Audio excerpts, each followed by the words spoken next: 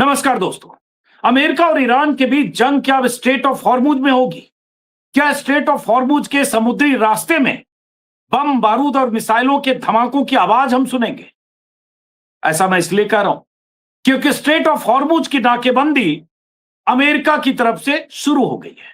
America ने ऐलान किया था, भारतीय समय के अनुसार अगर देखें तो आज शाम 7:30 बजे तक अगर ईरान ने स्ट्रेट ऑफ हॉर्मुज को नहीं खोला तो अमेरिका नाकेबंदी करेगा। और अब जो खबर आ रही है कि अमेरिकी नाकेबंदी लागू हो गई है। कुछ मिनट पहले अमेरिकी राष्ट्रपति ट्रंप का एक ताजा बयान आया है। मैं चाहता हूं उस बयान को सुनिए और समझिए कि अब स्ट्रेट ऑफ हॉर्मुज में ये पेचीदगी, जंग का ये माहौल ईरान और अमेरिका के बीच तनातनी को कहां ले जा सकता है।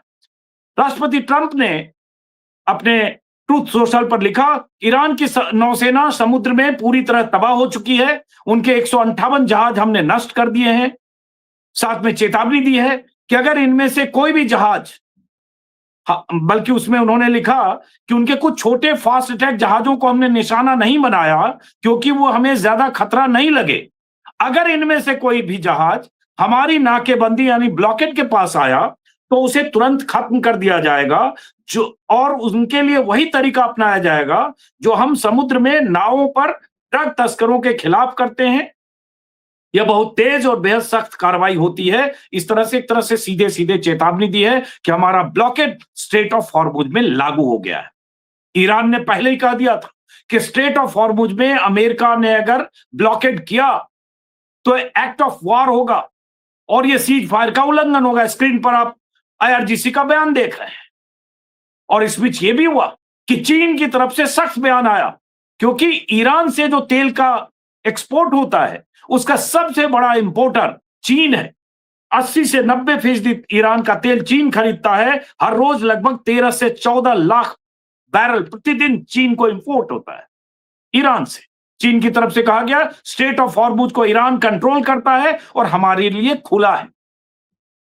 लेकिन अब अमेरिका ने अगर स्ट्रेट ऑफ हॉर्मुज पर नाकेबंदी लागू कर दी है तो ईरान क्या करेगा? ये तनातनी कहां जाएगी? स्ट्रेट ऑफ हॉर्मुज को लेकर बहुत बार ट्रंप ने बहुत तरह से धमकी, चेतावनी, हर तरह के हथकंडे इस्तेमाल करके देख लिए। इस्लामाबाद की बातचीत टूट गई, लेकिन स्ट्रेट ऑफ हॉर्मुज से पीछे हटने को, खोलने को, अपनी दावेदारी छोड़ने को ईरान तैयार नहीं हुआ। और जो जानकार बताते हैं स्ट्रेट ऑफ हॉर्मुज में वहां की भौगोलिक स्थितियों के मद्देनजर या ईरान की तैयारियों के मद्देनजर ईरान की बहुत मजबूत मौजूदगी है। तो अब स्ट्रेट ऑफ हॉर्मुज में क्या होने वाला है? और अगर अमेरिका ने नाकेबंदी लागू कर दी है, कहा जा रहा है उनके 1 दर्जन से ज्यादा युद्धपोत इस नाकेबंदी को लागू करने में जुटेंगे, तो उस नाकेबंदी का मतलब क्या है? क्योंकि खास तौर से अमेरिका का मकसद है ईरान के बंदरगाहों से, ईरान के पोर्ट से जो जहाज चलेंगे उन जहाजों की चेकिंग करना और उन जहाजों पर नाकेबंदी को लागू करना। हमारे साथ खास मेहमान हैं, कई बार हमारे यूट्यूब पर उनसे आप रूबरू हो चुके हैं, सैयद आकिब जैदी साहब। उनसे हम समझेंगे कि ईरान इस नाकेबंदी को कैसे देखता है और ये नाकेबंदी क्या 40 दिन तक जो जंग चली और जो सीज फायर के बाद थमी है, क्या ये नाकेबंदी इस लड़ाई को एक नए रास्ते की तरफ तो नहीं ले जा रही है? तो बहुत बहुत स्वागत है आकिब जैदी साहब। बिस्मिल्लाहिर्रहमानिर्रहीम जी, बहुत बहुत शुक्रिया मुझे दावत देने का। और देखिए आज ये जंग जारी है। ये जंग जो बीच में 2-4 दिन के लिए रुकी थी, उधर हकीकत जंग रुकी नहीं थी, बस वो मिसाइल और गोलियों की जगह जो है वो बातचीत की शक्ल में वो जंग जारी रही। अब देखिए आगे क्या होता है। देखिए इस ईरान में इस धमकी को जिस निगाह से देखा जा रहा है वो इस तरह से कि एक चीज स्पष्ट है और एक चीज में सस्पेंस है। वो चीज जो स्पष्ट है कि अगर अमेरिका ने इस टाइप की किसी भी नाकाबंदी पर वाक़ईन अमल करने की कोशिश की, कोई नुकसान पहुंचाया, किसी पर हमला किया, किसी शिप को अपनी हिरासत में लिया वगैरह वगैरह, तो जंग बड़े पैमाने पर शुरू होगी और अमेरिका की शिकस्त और ज़्यादा आगे बढ़ती जाएगी। यानी इसके बारे में ईरानियों को कम से कम कोई शक और शुबा नहीं है कि अगर कोशिश की गई तो परिणाम क्या होगा। हो सकता है इस बार ईरान अपने हमले को सीमित ना रखे सिर्फ पश्चिमी एशिया के इलाके में, बल्कि वो समझे कि अब वक्त आ गया है कि इसको आगे भी बढ़ाया जाए। तो ये एक बात। लेकिन वो चीज़ जो सस्पेंस के दायरे में भी है, वो ये कि क्या ट्रंप साहब और उनकी सेना, उनकी वायुसेना वगैरह इस धमकी पर अमल करने की कोशिश करेंगे भी कि नहीं? क्योंकि जैसे आप सभी जानते हैं, दुनिया जानती है कि ट्रम्प साहब के बयानात का कोई भरोसा नहीं होता है। वो कुछ बोलते पहले हैं और फिर सोचते बाद में हैं और तो देखना है कि वो कोशिश करेंगे कि नहीं। अगर कोशिश होती है तो अमरीकियों की धूल चाटना, उनकी और मज़ीद पिटाई वगैरह ये सब चीज़ तय है और ईरानी हर सूरत में तैयार हैं, मुंतज़िर हैं कि ये जंग आगे बढ़े, जब तक कि वो लक्ष्य हासिल ना हो। क्योंकि देखिए ईरानी भी अपने मकसद तक अभी पहुँचे नहीं हैं। जो इस्लामी प्रतिरोध मोर्चा है, रेजिस्टेंस एक्सिस है, वो अपने असली हदफ तक नहीं पहुँचा है। इस जंग का उसका बेसिक हदफ ये है कि अमरीकी फ़ौजी वर्चस्व पूरी तरह से इस खित्ते से निकलना चाहिए। सारे फ़ौजी, सारे बेस, सारे रेडार, सारी शिप, एयरफ़ोर्स सब बोरिया-बिस्तर बाँध के यहाँ से पूरी ज़िल्लत के साथ हमेशा-हमेशा के लिए चले जाएँ। उसमें काफ़ी कामयाबी मिली है, लेकिन पूरी तरह से अभी कामयाबी नहीं मिली है। हो सकता है इसी बेवकूफ़ी के ज़रिए ट्रम्प साहब उस बची-कुची कामयाबी को हासिल करने के लिए भूमिका फराहम कर दें। ये बताइए ज़ैदी साहब, क्या करेंगे ट्रम्प? ये सही है कि उसको एंटिसिपेट करना और उसको एक्सपेक्ट करते हुए उसी लाइन पर सोचना, वो बहुत नामुमकिन है। लेकिन जैसे ट्रम्प ने धमकी दी कि स्ट्रेट ऑफ हॉर्मुज़ से गुजरने वा उनके शब्द को अगर सेंटकॉम ने जो दोबारा इंडोर्स करते हुए बात की, उसमें दोनों में थोड़ा फेर-बदल भी था। ट्रम्प ने कहा था स्ट्रेट ऑफ हॉर्मुज़, मैंने अपनी नौसेना को इंस्ट्रक्ट किया है कि इंटरनेशनल वाटर टेरिटरी में हर उस जहाज को रोका जाए जिसने ईरान को कोई टोल दिया है, और उसे वो अवैध टोल होगा और उसे खुले समुद्र में सुरक्षित रास्ता नहीं मिलेगा। लेकिन सेंटकॉम ने जो कहा, उसमें कह दिया कि ओमान की खाड़ी में ईरान के सभी बंदरगाह शामिल होंगे, लेकिन उन जहाजों की आवाजाही में कोई ये नहीं रोकथाम होगी जो गैर ईरानी बंदरगाहों से स्ट्रेट ऑफ हॉर्मुज़ से गुजर रहे हैं। मतलब साफ-साफ ईरान के किसी पोर्ट से, ईरान के कहीं एक्सपोर्ट सेंटर से आपने तेल लेकर आपने गुजरने की कोशिश की, तो आपको रोका जाएगा इस नाकेबंदी से। इसका मतलब ईरान के तेल एक्सपोर्ट पर, तेल के कारोबार पर अमेरिका नाकेबंदी करना चाहता है। हालांकि चीन की तीखी प्रतिक्रिया आई है। स्क्रीन पर चीन के विदेश मंत्री का हम बयान दिखा रहे हैं, जिसपे उन्होंने कहा है, ऐतराज है, क्योंकि चीन 80 से 90% चीन ईरान का तेल खरीदता है। तो पूरी कोशिश अमेरिका की होगी कि तेल के एक्सपोर्ट, तेल के कारोबार पर डेंट करें, क्योंकि ईरान तेल को ज्यादा कीमत पर, प्रीमियम कीमत पर और पहले से ज्यादा, सुनते हर रोज 1 से 1.5 लाख बैरल रोज ज्यादा तेल बेच रहा है। जी हाँ, बेशक उनकी ये ख़्वाहिश तो है कि वो जो चीज़ जंग के ज़रिए उनके हाथ से चली गई, उनके जंग से पहले क्या था? जंग से पहले ईरान पर सैंक्शन थे, अमेरिकन सैंक्शन थे, यानी फाइनेंशियल इकोनॉमिक सैंक्शन। अमेरिका ने मजबूर होकर अपना ही जो जो कहा जाता है, हमारे यहाँ कहावत है कि अपना ही थूक कर चाटना, वही उसको करना पड़ा और उसको खुद ही वो सैंक्शन हटाने पड़े। ज़्यादा मात्रा में ईरान तेल बेच रहा है, पूरे प्रीमियम प्राइस पर वो तेल बेच रहा है। ये सब जंग से पहले तो नहीं था, ये तो सब वो गिफ्ट और तोहफ़ा है जो अमेरिका ने इस पूरे खित्ते के लोगों को, ईरानियों को, दूसरों को दिया है इस जंग के ज़रिए। अब वो चीज़ जो उनकी बेवकूफ़ी के नतीजे में पैदा हुई है और जिसको उन्हीं ने जंग के ज़रिए ख़त्म करने की भी कोशिश किया कि ईरान को नीस्त-ओ-नाबूद करें वग़ैरह। एक तो बेवकूफ़ी की वजह से ये मुश्किल उन्हीं ने खड़ी की अपने लिए, उसको जंग से कंट्रोल करने की कोशिश की, वो नहीं हो पाई। सोचा इस्लामाबाद में वो किसी तरह से कोई अजीब-ओ-गरीब टैक्टिक्स इस्तेमाल करके शायद वहाँ हासिल कर लेंगे, वहाँ नहीं हो पाए। तो अब ये धमकियों की बात हो रही है। देखिए आगे क्या होता है अंजुम जी साहब, मैं भी मुंतज़िर हूँ, सभी मुंतज़िर हैं देखने के लिए कि ये इस खित्ते के मकामी लोग यानी नेटिव पॉपुलेशन, ये रेजिस्टेंस एक्सिस, ये जो इनकी जो साम्राज्य के खिलाफ लड़ाई अब एक फैसलाकुन मोड़ तक पहुँची है, ये आगे कैसे बढ़ती है? सब मुंतज़िर हैं देखने के लिए। ट्रेंड तो कायम हो चुका है कि साम्राज्य हार रहा है, अमेरिका यहाँ से जा रहा है, पूरी तरह से नहीं गया है, लेकिन ट्रेंड कायम हो गया है। ऐसा ट्रेंड, मज़बूत ट्रेंड, ये आसानी से बदलता नहीं है ट्रेंड। तो ये ट्रेंड आगे कैसे जारी रहेगा? क्या मिसाल के तौर पर वो नेवी जिसका अब्राहम लिंकन दुम दबा के भाग चुका है इंडियन ओशन में, जिसका Gerald Ford aircraft carrier Europe के बंदरगाहों में जाके छुप गया है, वो नेवी वाक़ईन क्या इतनी बड़ी हिमाकत कर सकती है कि ईरान के मुकाबले में आए? अगर करेगी तो ज़ाहिर-सी बात है उसी किस्म का परिणाम भी उसको भुगतना और झेलना पड़ेगा। तो हम सब मुंतज़िर हैं देखने के लिए कि क्या मिसाल के तौर पर नेवी की जंग होती है या कोई और जंग होती है या ये सिर्फ़ बातें हैं और फिर दोबारा से कहा जाएगा कि मैंने 1 हफ्ते की मोहलत और दे दी, ईरानी गिड़गिड़ा के मुझसे सॉरी कहने लगे। ये सारे ड्रामे हम पहले भी देख चुके हैं।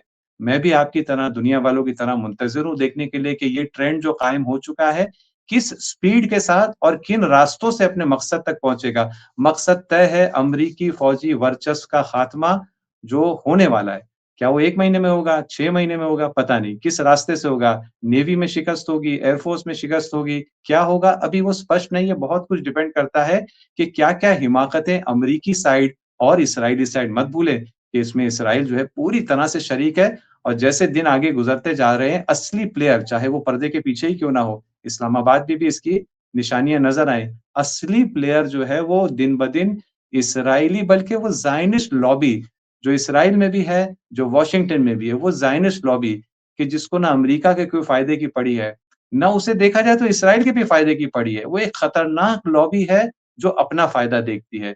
फ़िलहाल इज़राइल को बचा के रखना उसके फ़ायदे में है, लेकिन मुमकिन है कि आज से चंद हफ्तों के बाद वो इस नतीजे पर पहुँचे कि इस इज़राइल को भी जो है छोड़ दिया जाए, हमें अपना फ़ायदा और मफ़ाद देखना है। बड़ी खतरनाक अंतर्राष्ट्रीय लॉबी है, जो आजकल जिसके लिए अच्छा-सा नाम मीडिया में आया है एप्स्टीन गैंग। ये एप्स्टीन गैंग बुनियादी तौर पर है, जिसके सामने इस्लामिक रेजिस्टेंस एक्सिस इस तरह से डटकर मुकाबला कर रहा है। देखिए आगे इस मुकाबले में क्या होता है, रिज़ल्ट तय है, टाइमिंग और रास्ता तय नहीं उस रिज़ल्ट का। इज़राइली प्राइम मिनिस्टर नेतन्याहू का भी बयान आया है कुछ देर पहले जिसमें उन्होंने कहा है प्रेसिडेंट ट्रंप ने जो नाकेबंदी का जो फैसला किया है ब्लॉकेड का वो सही फैसला है हम उसका समर्थन करते हैं और हम अमेरिका के साथ लगातार कोऑर्डिनेशन में हैं। ये इंग्लिश में जो स्टेटमेंट है उसका हिंदी तर्जुमा बता रहा हूँ। इसका मतलब इज़राइल और अमेरिका ने इस ब्लॉकेड को एग्जीक्यूट करने की कोई तैयारी की है। अब अंजाम क्या होगा उस पर आगे सवाल, लेकिन जैसे आज जो सोशल मीडिया पर वायरल हो रहे हैं, जो कितने वारशिप वेस्ट एशिया में स्ट्रेट ऑफ हॉर्मुज की नाकेबंदी करने के लिए मौजूद हैं, उसमें 1 दर्जन वारशिप है, अमेरिकी वारशिप और जहाज़ों की तो कोई गिनती नहीं है क्योंकि इसमें एयरक्राफ्ट कैरियर होते हैं बहुत। और ये सब कहा जा रहा है कि ये सब पोस्चरिंग की जा रही है ईरान को दबाने के लिए। ये भी सही है कि ऐसी धमकियाँ ईरान को बहुत दी। Back to the stone age, एक रात में खत्म कर देंगे, मैप से मिटा देंगे, इस सभ्यता को खत्म कर देंगे, सारी धमकियां देते रहे, शायद इससे ईरान झुक जाए, शायद इससे ईरान मान जाए। फाइनली इस्लामाबाद में भी पहुंचे कि शायद अब ईरान उस इस्लामाबाद की मीटिंग के पहले भी वहां से उन्होंने कहा कि ईरानी इसीलिए जिंदा है ताकि बातचीत कर सके। लगा कि शायद इस धमकी से डरकर ईरानी निगोशिएट कर लें या उनके उनकी कंडीशन को मान लें, लेकिन ईरानी ने मानी नहीं बात, ईरान के लोगों ने या उनकी लीडरशिप ने। तो अब ये स्टेट ऑफ हॉर्मुज पर आने की बात है। आप इसको धमकी मान रहे हैं या कुछ बता सकते हैं कि ईरान ने इन धमकियों के मद्देनजर कुछ ऐसी खास तैयारी की है? क्योंकि एक वीडियो वायरल हो रहा है जिससे पता चल रहा है कि ईरानी जो वहां की नेवी है वो किस तरह से चेतावनी दे रही है कि कोई अगर वारशिप वहां से गुजर रहा है तो जो टैंकर हैं या छोटे जहाज हैं उनको वार्न किया जा रहा है कि अगर कोई वारशिप आपको दिखती है तो आप उससे 10 किलोमीटर दूर रहें क्योंकि हम उसको टारगेट कर सकते हैं। एक ऑडियो भी घूम रहा है। जी हाँ, ये जो ऑडियो घूम रहा है और यहाँ पर ईरानी मीडिया में ही वो रिलीज़ हुआ था। ये द दिलचस्प बात ये है कि इस्लामाबाद में जब गुफ्तगू चल रही थी, उस ज़माने के दौरान एक अमरीकी वॉरशिप ने कोशिश की थी स्ट्रेट ऑफ हॉर्मुज़ की तरफ बढ़ने की। ये फुजैरा पोर्ट जो यूएई का पोर्ट है, वहाँ पर थी। वहाँ से फिर उसने आगे बढ़ने की कोशिश की, ईरानियों ने उसको आइडेंटिफ़ाई किया और क्योंकि गुफ्तगू चल रही थी, डायरेक्ट उसको हिट नहीं किया। बल्कि उसको वार्निंग दी और आस-पास की शिप्स को वार्निंग दे दी कि देखो अगर ये नहीं लौटेगा हम इसको उड़ा देंगे, तुम लोग दूर हो जाओ। ये उस ज़माने का वीडियो है। तो कोई नई तैयारी ईरान को करने की ज़रूरत नहीं है। ईरान पूरी तरह से सक्षम है, पूरी तरह से तैयार है। ईरान इस मुकाबले को आगे बढ़ाने के लिए पूरा मज़बूत इरादा रखता है जब तक कि उसका हदफ और मकसद हासिल नहीं होता है। यहाँ पर मैं ये ऐड कर दूँ, इस बात को ऐड कर दूँ कि अमेरिका के लिए देखिए इस वक़्त एक बहुत बड़ी मुश्किल है अजीत जी, वो ये है कि अमेरिका का अगर हम इतिहास देखें ज़्यादा इतिहास तो है नहीं उसका लेकिन अगर पूरा इतिहास देख लें, ख़ास तौर पर पिछले 80 साल में वो जब उसको कहा गया कि वो सुपर पावर है पहले 2 सुपर पावर थे, उसके बाद 1 सुपर पावर कहा गया दुनिया में। इस पूरे इतिहास में मैं ज़िम्मेदारी से मैं आपके व दर्शकों से कहूँगा जाकर एक मिसाल ढूँढ कर निकाल दें कि अमेरिका ने किसी भी मज़बूत शत्रु से डायरेक्ट मुकाबला किया हो। एक मिसाल नहीं मिलेगी हमें। यूएसएसआर से कोल्ड वॉर थी तकरीबन 45 साल तक। बहुत ही मजबूत था यूएसएसआर, लेकिन डायरेक्ट हुँ, मुकाबला तो कहीं भी इनका नहीं हो सका ना, हमेशा प्रॉक्सी हुँ, बीच में उनके दोनों की तरफ से प्रॉक्सी थे। तो अमेरिका को कोई तजुर्बा ही नहीं है, कोई एक्सपीरियंस ही नहीं है कि किसी मजबूत दुश्मन से जब मुकाबला करते हैं तो किस तरह मुँह की खानी पड़ती है। प्रोपेगेंडा करना जो है वो एक ताकत होती है। अमेरिका में ये प्रोपेगेंडा जो है की क्षमता और ताकत बहुत है। लेकिन प्रोपेगेंडा कब नुकसानदेह हो जाता है जब इंसान खुद अपने प्रोपेगेंडा पर ईमान ले आता है। इन लोग अपने प्रोपेगेंडा पर ईमान ले आए कि हम बहुत ताकतवर हैं, हमारी फ़ौज बहुत ताकतवर है। क्योंकि हमारा बजट इतना बड़ा है मिलिट्री का, समझे कि ज़्यादा पैसा खर्च करना यानी ज़्यादा ताकत। लेकिन पता चल रहा है कि इतना ईज़ी नहीं है। पहली बार एक ताकतवर शत्रु से डायरेक्ट मुकाबला हुआ है। जो सिर्फ़ ईमान और शहादत और ये सब ताकत नहीं रखता, वो तो रखता है इनके पास इनको तो पता भी नहीं उसकी स्पेलिंग क्या होती है ये सब चीज़ों की। लेकिन वो चीज़ें जो ये थोड़ी बहुत समझते हैं, यानी फ़ौज, फ़ौजी असलहा वग़ैरह, उसमें भी बहुत ताकतवर है। मैं यहाँ पर बस जो है मैं कहना चाहता हूँ जो कई एक्सपर्ट्स कह रहे हैं, हमारे भारत में भी कुछ एक्सपर्ट्स ये कह रहे हैं कि भई इस जंग में पता है क्या हुआ है? अमेरिका आया 20th सेंचुरी की टेक्नोलॉजी को लेकर, एयरक्राफ्ट कैरियर से डराने आया। भई एयरक्राफ्ट कैरियर ये सेकंड वर्ल्ड वॉर में दुनिया को डराया जाता था। अब तो एयरक्राफ्ट कैरियर जितना बड़ा है और जितना नज़दीक आया, उतना बड़ा आपने दुश्मन को निशाना और टारगेट प्रोवाइड कर दिया कि उसके ऊपर मिसाइल और ड्रोन बरसाए जाएँ। हुँ। 20th सेंचुरी की टेक्नोलॉजी लेकर उस देश का, उस महाज़ का प्रतिरोध मोर्चे का मुकाबला करने आया जो 21st सेंचुरी की टेक्नोलॉजी के तहत और स्ट्रैटेजी के तहत तैयार है, जिसका बेसिक फ़ोकस एयर फ़ोर्स और नेवी और ये पुरानी चीज़ों पर नहीं है, बल्कि मिसाइल और ड्रोन टेक्नोलॉजी पर है। पब्लिक सपोर्ट प को बिल्ड करने पर है। ये 21st सेंचुरी की टेक्निक्स बताई जाती हैं एक्सपर्ट्स। तो उसको क्योंकि तजुर्बा नहीं है, इस वक़्त वो बौखलाहट का भी शिकार है अजीत जी। कोई तजुर्बा नहीं है, कैसे बात की जाती है, कैसे घुटने टेके जाते हैं, कैसे हकीकत को तस्लीम किया जाता है, एक्सेप्ट किया जाता है, एडॉप्ट किया जाता है कि भाई हम हार गए, चुपचाप निकल जाओ, इसी में भलाई है। इसके लिए इंसान को थोड़ी बुद्धि चाहिए, थोड़ा तजुर्बा चाहिए। जहाँ पर ट्रम्प है और ट्रम्प के नातजुर्बेकार ये एमेच्योर किस्म के जो उसने सलाहकार अपने इर्द-गिर्द जमा किए, खुद भी कैसा है वो तो ख़ैर जितना कम कहा जाए, वो अच्छा बेहतर मैं है। आप हाँ, सॉरी। हुँ, सॉरी जी, एक तो चीज़ ऐसे जानकारी सिर्फ़ बीच में करना चाहता हूँ, उसके बाद आप बत कंटिन्यू रखिए। बताइए, अल बताइए। जज़ीरा के हवाले से खबर आ रही है कि अमेरिका का ब्लॉकेड शुरू हो गया है। अब वो ब्लॉकेड शुरू से क्या मतलब है स्ट्रेट ऑफ हॉर्मुज़ का जो वो संकरा-सा पैसेज है 160 किलोमीटर का स्ट्रेट ऑफ हॉर्मुज़ है, वहाँ से कितनी दूर है, कहाँ है, वो जैसे-जैसे जानकारी आएगी, वो पता चलेगा लेकिन फ़िलहाल इस ब्लॉकेड शुरू हो गया है, ये अल जज़ीरा ने खबर ठीक है, देखेंगे आगे क्या होता है। तो मतलब वो ये बड़ी यही करेंगे मुश्किल जो जहाज गुजरेगा उसको चेक करेंगे, चेकिंग करेंगे। और क्या चेकिंग करेंगे? चेकिंग करेंगे तो उससे क्या निकलेगा पता नहीं, गॉड नोज़ अभी कुछ क्लैरिटी नहीं है। देखिए क्या होता है, बस ये एक वाक़ईन एक अरे अगर व अजीत जी वाक़ईन अगर इसमें इतनी जानें नहीं गई जा रही होती, इतने बच्चे नहीं मारे जा रहे होते, इतनी शहादतें इतनी बड़ी-बड़ी अज़ीम शख्सियतों की नहीं हो रही होती, तो वाक़ईन ये एक कॉमेडी शो होता।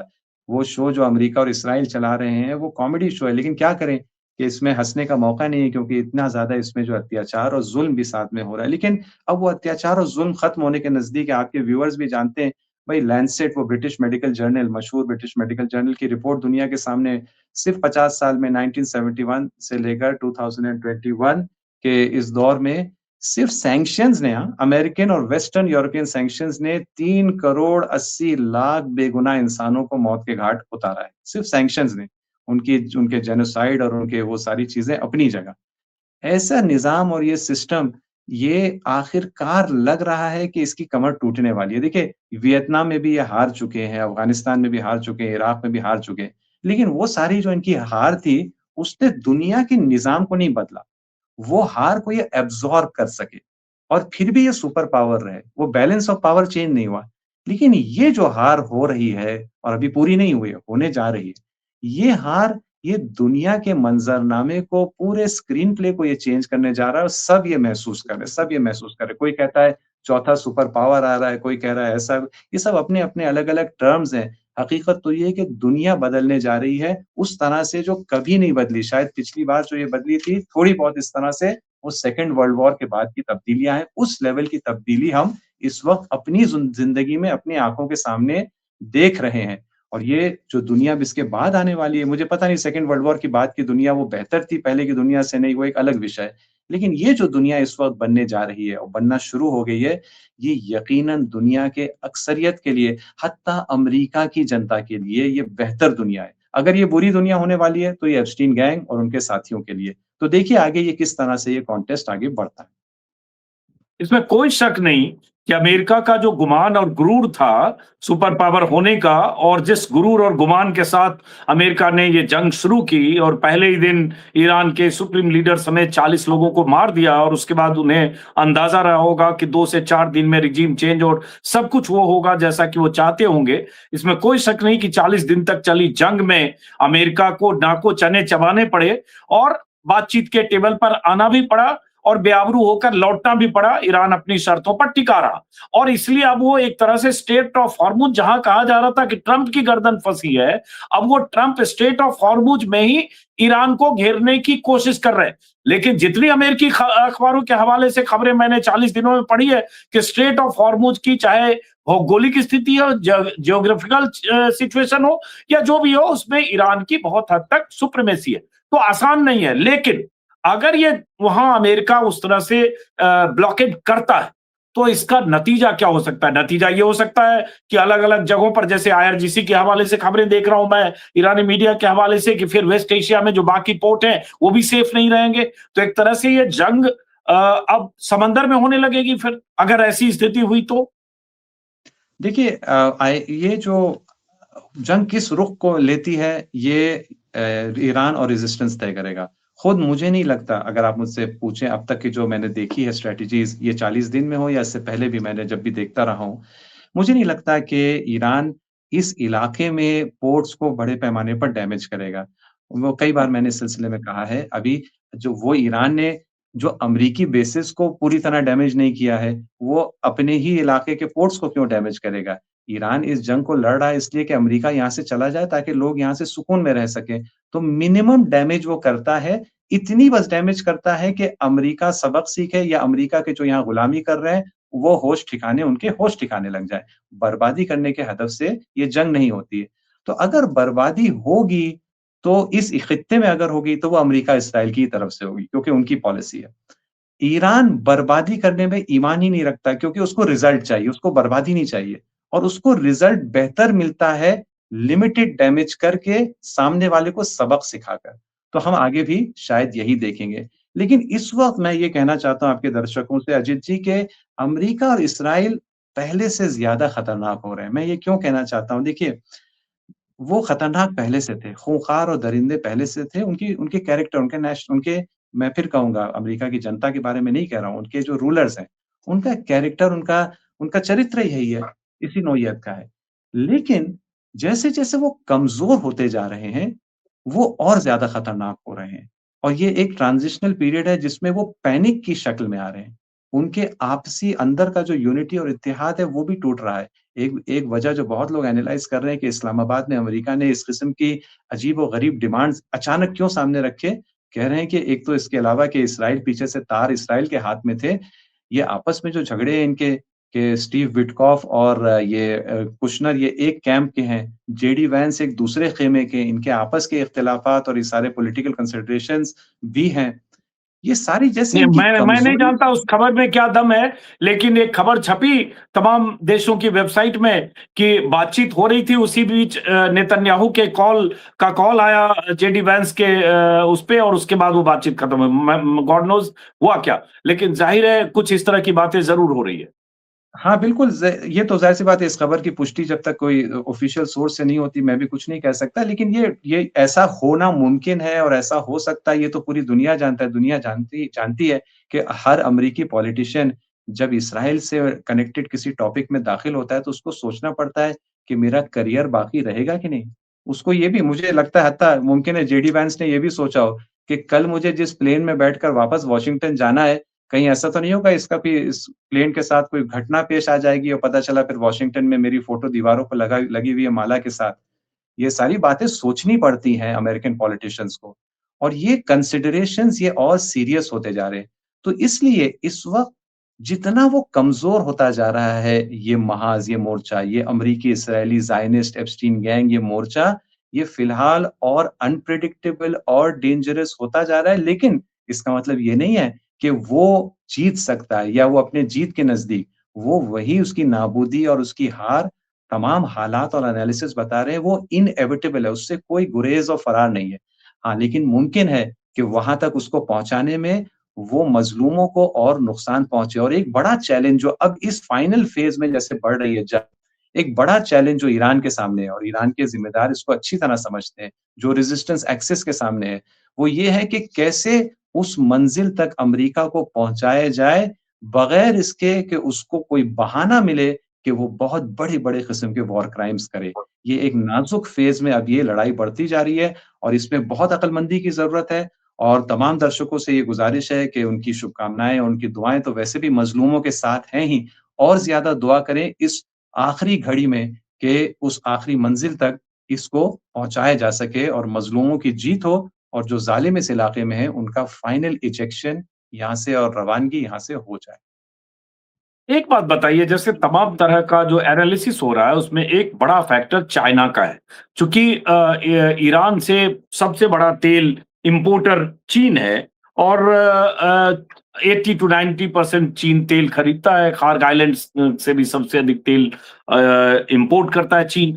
तो रास्ते चीन के भी बंद होंगे इस नाकेबंदी से, क्योंकि अमेरिका ने यही कहा कि भाई जो ईरान के पोर्ट से जो तेल टैंकर जाएँगे उनकी चेकिंग होगी। चीन की तरफ से बयान आ गया, विदेश मंत्री की तरफ से कहा, रक्षा मंत्री की तरफ से कि हम ईरान के साथ व्यापार और ऊर्जा संबंधी समझौते हैं, हम उन समझौतों का सम्मान और पालन करेंगे और उम्मीद करते हैं कि हमारे मामले में दूसरे दखल ना दें। स्ट्रेट ऑफ हॉर्मुज को ईरान कंट्रोल करता है और हमारे लिए खुला है। और जाहिर है ईरान ने चीन और फ्रेंडली कंट्रीज के लिए स्ट्रेट ऑफ हॉर्मुज से जाने का सेफ पैसेज भी दे रखा है। तो ये लगता है कि लड़ाई में अमेरिका अब फंसेगा जब चीन का भी इसमें इंटरेस्ट इंगेज होता है और ये ईरान के लिए एक बेहतर पोजीशन है।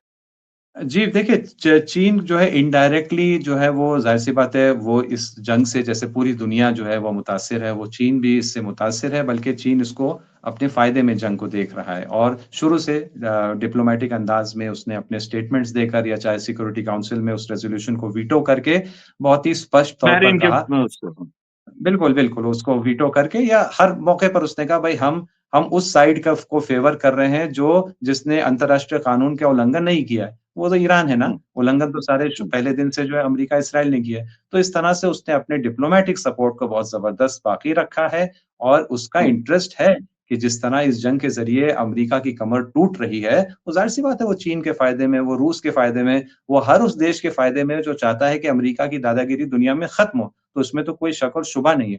लेकिन जैसे कि बाज़ लोगों को शक होता है कि चीन इसमें असलहा भेज रहा है, फ़ौज भेज रहा है वगैरह ऐसी बात कोई है नहीं, कोई सबूत कभी ठोस सबूत इस सिलसिले में मिला नहीं है। वो इंटरेस्टेड पार्टी है, लेकिन ऐसा नहीं कि वो मिसाल के तौर पर हाँ, हमारी एक बाप खबर आई बहलाने थी का 2 दिन सिलसिला पहले वो अमेरिकी अखबारों के हवाले से, वॉल स्ट्रीट, एनवाईटी के हवाले से, कि चाइना ने ईरान के लिए बहुत तरह के एयर डिफेंस सिस्टम की सप्लाई की अप्रूवल दिया है और उस पर रिएक्ट भी किया ट्रंप ने परसों। तो चीन हाँ, जब बैकएंड से मदद कर रहा है रसिया को लेकर, ये लगातार खबर आ रही है। हाँ, देखिए ब बै पीछे इनके ताल्लुकात हैं, इसमें कोई छुपी हुई बात नहीं है, लेकिन ताल्लुकात किस नौइयत के हैं, किस कैरेक्टर के हैं, किस नेचर के हैं, इस पे कोई गलतफ़हमी नहीं होना चाहिए। कभी-कभी ये होता है, ये सोचा जाता है कि भई ईरान तो एक छोटा-सा देश है, एक मुस्लिम देश है, ये कैसे लड़ सकता है? यकीनन पीछे से रशिया और चाइना ही इसको सब कुछ देते हैं और इसीलिए वो लड़ पा रहा है। लेकिन मेरे ख़्याल में ये गलतफ़हमी जो जंग के शुरू के दिनों में थी, अब वो पूरी हो गई है कि ऐसा नहीं है। चाहे वो टेक्नोलॉजी हो, चाहे वो असलहा हो, चाहे वो इंटेलिजेंस हो और ईमान, इरादा, मज़बूती ये सारी चीज़ें बुनियादी तौर पर ईरान की हैं। हाँ, थोड़ा बहुत 2-4% कहीं पर मदद हो सकती है, जिस तरह ईरान भी मदद करता है। अब दुनिया ने देखा कि ईरान असलहा बेचता है रशिया को, वो असलहा जो रशिया के पास नहीं है। तो एक बराबरी का रिश्ता इन देशों के दरमियान पाया जाता है और यहाँ पर ईरान बुनियादी तौर पर लड़ रहा है। चीन के ताल्लुक से मैं खबर ज़िक्र कर दूँ, आपकी नज़रों से गुज़री होगी यकीनन कि अभी एक बहुत बड़ी खबर आई कि ताइवान के जो मेन ऑपोज़िशन लीडर हैं, वो चीन के 7 दिन के दौरे पर गई हैं और ये उस इलाके में एक सियासी ज़लज़ला है। और ये मेरा अंदाज़ा है, ये ईरान और ये अमेरिका की जंग या इस्लामी प्रतिरोध मोर्चा और एप्स्टीन गैंग के दरमियान की ये जंग है, जिसने माहौल चेंज किया है। वहाँ से फ़ौजी अमेरिका ने मँगाए हैं इस तरह, वहाँ की third missile system, patriot missile system वहाँ से उखाड़ कर यहाँ न मुल बुलाए हैं। तो ताइवान से जो निकाल के यहाँ सामान आया, साउथ कोरिया, जापान से उठा के यहाँ आया, तो वो सब सोच रहे हैं कि भाई आपने हमारी रक्षा के लिए सब यहाँ पर रखे थे, ये हमसे कहा था और हर हफ्ते हमें बिल आप पेश करते हैं इन सब खर्चों का। अब जब बुरा वक़्त आ सकता है तो आप तो यहाँ से सब उठाकर ले गए। तो मुझे लग रहा है कि इस वक़्त चीन के आस-पास और ताइवान को लेकर एक बड़ी तब्दीली शायद पेश आने जा रही है। उसकी पहली बड़ी निशानी ये है कि ताइवान का बड़ा पॉलिटिकल लीडर को चाइना ने दावत दी और वो 7 दिन, 1 दिन के नहीं 7 दिन के सफ़र के लिए वो चाइना गई है और वो जगह-जगह सफ़र होगा। मुझे लगता है अभी बहुत बड़ी-बड़ी और खबरें वहाँ से आना बाकी हैं। देखिए, ये जंग जो पहले से आप भी जानते हैं, सब जानते हैं, ये जंग के असरात सिर्फ़ वेस्ट एशिया तक सीमित नहीं रहेंगे। शायद हम उसका परिणाम, पॉज़िटिव परिणाम दूसरे इलाकों में भी देख रहे हैं और इसी तरह के पॉज़िटिव परिणाम मुमकिन है कि अब हमारे देश में और दुनिया के दूसरे हिस्सों में भी बड़े-बड़े पैमाने पर नज़र आना शुरू होंगे। मेरी तो यही दुआ है और उम्मीद है और आपके दर्शकों की भी यकीनन यही दुआ होगी। ईरान जाहिर है उससे साल में बिलियन डॉलर या उससे ज्यादा साल में अर्न करेगा, लेकिन दुनिया के उन मुल्कों को जिनके लिए फ्री पैसेज था, फ्री नेविगेशन था, उनके लिए एक पेनल्टी हो गई इस जंग से। देखिए, बहुत अच्छा ये सवाल है और मेरे ख़्याल में यहाँ से ज़हन खोलना बहुत ज़रूरी है। तेल और गैस की कीमत, इसमें कई चीज़ों का किरदार है। जब अब जैसे इंडिया में मान लीजिए पहुँचा है, एक तेल की शिप पहुँची, गैस की शिप पहुँची, वो जिस कीमत पर आई है, उस कीमत के अंदर कई चीज़ों का किरदार है। सबसे बड़ा किरदार तो ये है कि जो बेचने वाला देश है, सऊदी अरब है, इराक है, जो भी है, उसने किस दाम पर उसे बेचा है। उसके अलावा शिपिंग चार्जेज़ हैं, उसके अलावा शिपिंग के ऊपर इंश्योरेंस चार्जेज़ हैं। ये सारी चीज़ें असरअंदाज़ हैं। अगर ये निज़ाम जो कुल मिलाकर वेस्ट के कंट्रोल में है, देखिए ओपेक, ओपेक प्लस ये एक तरह से जब से पेट्रो डॉलर का सिस्टम बना हाँ, दूसरा उसका हिस्सा ये है कि पेमेंट पेट्रोल डॉलर में ही होना, ये भी उसका हिस्सा है। हम अगर देख रहे हैं कि ईरान और ओमान का इरादा है कि वो यहाँ पर से चुंगी लगाएगा और चार्जेज़ लेगा और ऐसा ही उनका इरादा है और इस इरादे में अब उनको रोक भी नहीं सकता। तो हम क्यों समझ रहे हैं कि बाकी सिस्टम वैसा ही रहेगा और उसके ऊपर कोई एक्स्ट्रा कीमत आएगी? दुनिया जिस तरह तब्दील होने जा रही है, तो पूरा सिस्टम तब्दील होने जा रहा है। ये जो ओपेक में जितना तेल निकलता है, उसकी जो कीमत तय होती है, इनडायरेक्टली वो अमेरिकन डोमिनेशन में होता है। क्यों? क्योंकि उसका बहुत फ़ायदा चाहे शेवरॉन हो, चाहे वो एक्सॉन मोबिल हो या दूसरे जो ये अमेरिकन कंपनीज़ हैं या यूरोपियन रॉयल डच शेल वगैरह को होता है। जब इनकी कमर टूटेगी, ये डोमिनेट करेंगे नहीं, तो मुमकिन है कि सस्ते जो ये जो इनिशियल एग्रीमेंट ही है, वो सस्ते दाम में हो जाए। दूसरा हम्म। इंश्योरेंस में जो इन लोग चार्ज करते हैं, अब जब इंश्योरेंस की कीमत जो जंग की वजह से इतनी बढ़ गई है, वो कम होगी। डॉलर देने पड़ते हैं भई सारे दुनिया के सारे देश दीवाने हो जाते हैं कि किस तरह डॉलर खरीदें। क्यों? क्योंकि उन्हें तेल और गैस इसी में खरीदना है। जब उन्हें इस मजबूरी से आज़ाद कर लिया जाएगा इंशाअल्लाह इस जंग के बाद, तो वो फ़ायदा है। तो कितने दूसरे एतबार से कीमतें गिरने का चांस है, उसमें ये छोटी-मोटी अगर कोई चुंगी आ जाती है, तो वो एक्स्ट्रा कोई खर्चा नहीं है। बल्कि हो सकता है एक छोटा-सा पेमेंट हो, दूसरे और खर्चों को कम करने के लिए और लास्ट बात मैं यहाँ कह दूँ अजीत जी, कि हम हिंदुस्तानियों के लिए तो एक खुला ऑफ़र है आज से 30 साल हो गए हैं, उससे ज़्यादा हो गए हैं, ईरान की जानिब से, कि जब ईरान ने कहा कि आपको जितनी एनर्जी की ज़रूरत है, आप हमारी गैस लीजिए। हमारे पास दुनिया की सबसे ज़्यादा गैस है, ईरान कहता है। आप हमारी गैस लीजिए, हम गैस की पाइपलाइन बना के आपको देना चाहते हैं। जब गैस की पाइपलाइन आएगी, तो आपकी एक तो ऑयल की डिमांड जो है कम हो जाएगी। दूसरी बात, ना स्ट्रेट ऑफ हॉर्मोज़ है, ना चुंगी है, ना फलाँ है, ना ढमका है, कुछ नहीं है। ये 1994-95 का आइडिया है कि जिसको 10 साल तक परस्यू किया गया। आखिर इंडिया के पॉलिटिकल एलीट ने मैं किसी एक व्यक्ति, एक पार्टी को यहाँ निशाना नहीं बनाना चाह रहा। इंडिया के पॉलिटिकल एलीट ने एक फैसला लिया और वो क्या है कि हमें अमेरिका की दोस्ती ज़्यादा महबूब और अज़ीज़ है और अपने देश का हित जो इस गैस पाइपलाइन से हमें हासिल हो रहा है, उसमें हमको इंटरेस्ट नहीं है। और इंडिया ने इस एग्रीमेंट से मुँह फेरा। ईरान ने कहा हम पाइपलाइन लाकर बनाकर अपने बॉर्डर तक बनाकर रख रहे हैं। जिस दिन आप अपना इरादा बदलेंगे, ये पाइपलाइन यहाँ रेडी है, बाकी काम इसको कंटिन्यू करना आपके देश तक, उस वक़्त अंजाम पा सकेगा। शायद उसका वक़्त आ गया है, 20 साल का बीच में गैप हो गया इस प्रोजेक्ट में, मुमकिन है उसको रिवाइव करने का वक़्त आ गया हो। चलिए, क्लोज करने से पहले बता दूं कि अभी-अभी राष्ट्रपति ट्रंप ने ट्रुथ सोशल पर लिखा है, उसके हिंदी तर्जुमा मैं बता दूं, उससे पहले बता दूं कि ब्लॉकेड शुरू होने की खबरें आ रही है अल जजीरा के हवाले से। ट्रंप ने जो लिखा उसका हिंदी तर्जुमा यह है कि ईरान की नौसेना समुद्र में पूरी तरह से तबाह हो चुकी, उनके 158 जहाज को हमने तबाह कर दिया, उनके कुछ छोटे फास्ट अटैक जहाजों को निशाना नहीं बनाया क्योंकि हमें ज्यादा खतरनाक नहीं लगे, और उसके साथ एक चेतावनी है कि इनमें से कोई भी जहाज हमारी ब्लॉकेड के पास आया तो उसे तुरंत खत्म कर दिया जाएगा। इसके लिए वही तरीका अपनाया जाएगा जो हम समुद्र में नावों पर ड्रग तस्करों के खिलाफ करते हैं, बहुत तेज और बेहद सख्त कार्रवाई होती है। इस तरह से एक चेतावनी दे दी है कि हमने ब्लॉकेड शुरू कर दिया है। ईरान की तरफ से अगर कोई छोटा जहाज, टॉर्पीडो बोट्स की बात आती है, कुछ भी आया तो उसे खत्म कर दिया जाएगा।